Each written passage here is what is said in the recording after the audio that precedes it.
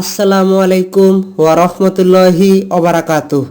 আশা করি আল্লাহ তাআলার অশেষ মেহেরবানিতে আপনারা সকলেই ভালো আছেন। এই ভিডিওতে আলোচনা করব গিরগিটি অর্থাৎ টিকটিকি কেন হত্যা করতে হবে এবং এর হত্যার সুফল কি। সহিহ বুখারীর হাদিস থেকে জানা যায়, নবী করিম সাল্লাল্লাহু আলাইহি ওয়াসাল্লাম গিরগিটি বা রক্তচোষা জাতীয় টিকটিকিকে হত্যা করার জন্য নির্দেশ দিয়েছেন। তিনি বলেছেন, হযরত ইব্রাহিম আলাইহিসসালামের বিরুদ্ধে এই গিরগিটি আগুনে ফুঁক দিয়েছিল।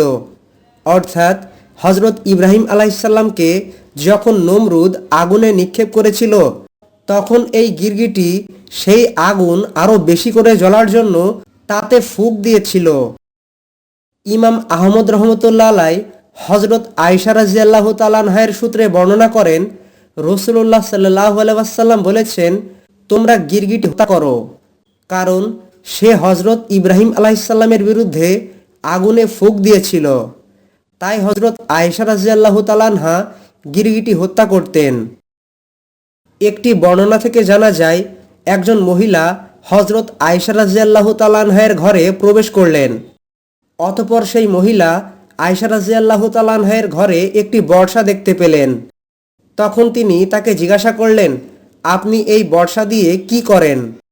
উত্তরে আয়েশা রাদিয়াল্লাহু তাআলা আনহা বললেন, এটি দিয়ে আমি গিরগিটি বধ করি। তারপর তিনি আরও বললেন, রাসূলুল্লাহ সাল্লাল্লাহু আলাইহি ওয়াসাল্লাম বলেছেন, ইব্রাহিম আলাইহিসসালামকে যখন আগুনে নিক্ষেপ করা হয়, তখন সমস্ত জীবজন্তু ও কীটপতঙ্গ আগুন নেভানোর জন্য চেষ্টা করেছিল, কেবল এই গিরগিটি সেটা করেনি। উল্টো এই গিরগিটি আগুনে ফুঁক দিয়েছিল। তাই রাসূলুল্লাহ সাল্লাল্লাহু আলাইহি ওয়াসাল্লাম আমাদেরকে এই গিরগিটি হত্যা করতে আদেশ করেছেন।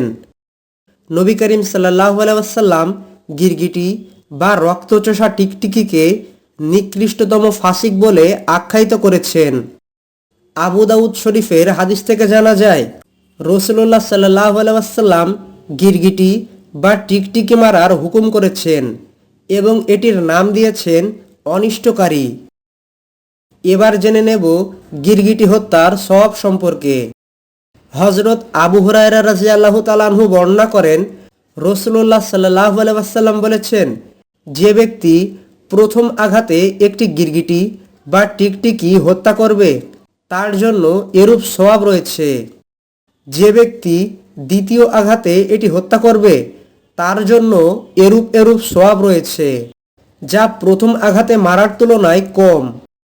আর যে ব্যক্তি তৃতীয় আঘাতে তা হত্যা করবে, তার জন্য এরূপ সওয়াব রয়েছে, যা দ্বিতীয় আঘাতে হত্যা করার চেয়ে কম।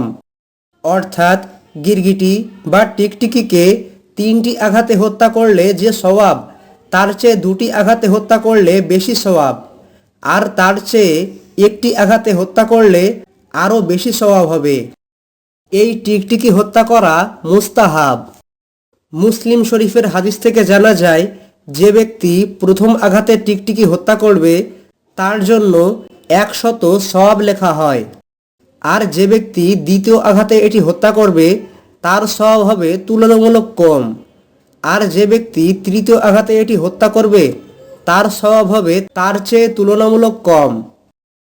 আল্লাহ তাআলা আমাদের সকলকে টিকটিকির উপদ্রব থেকে রক্ষা করুন এবং এটি হত্যা করে নবীজি সাল্লাল্লাহু আলাইহি ওয়াসাল্লামের আদেশ পালন করার তৌফিক দান করুন। আমিন। কোরআন সুন্নাহের রেফারেন্স সহ প্রতিনিয়ত ইসলামিক ভিডিও পেতে আমাদের চ্যানেলের সঙ্গে সংযুক্ত থাকুন। আল্লাহ তাআলা আমাদের সকলকে সঠিক জেনে মানার তৌফিক দান করুন। আসসালামু আলাইকুম ওয়া রাহমাতুল্লাহি ওয়া বারাকাতুহু।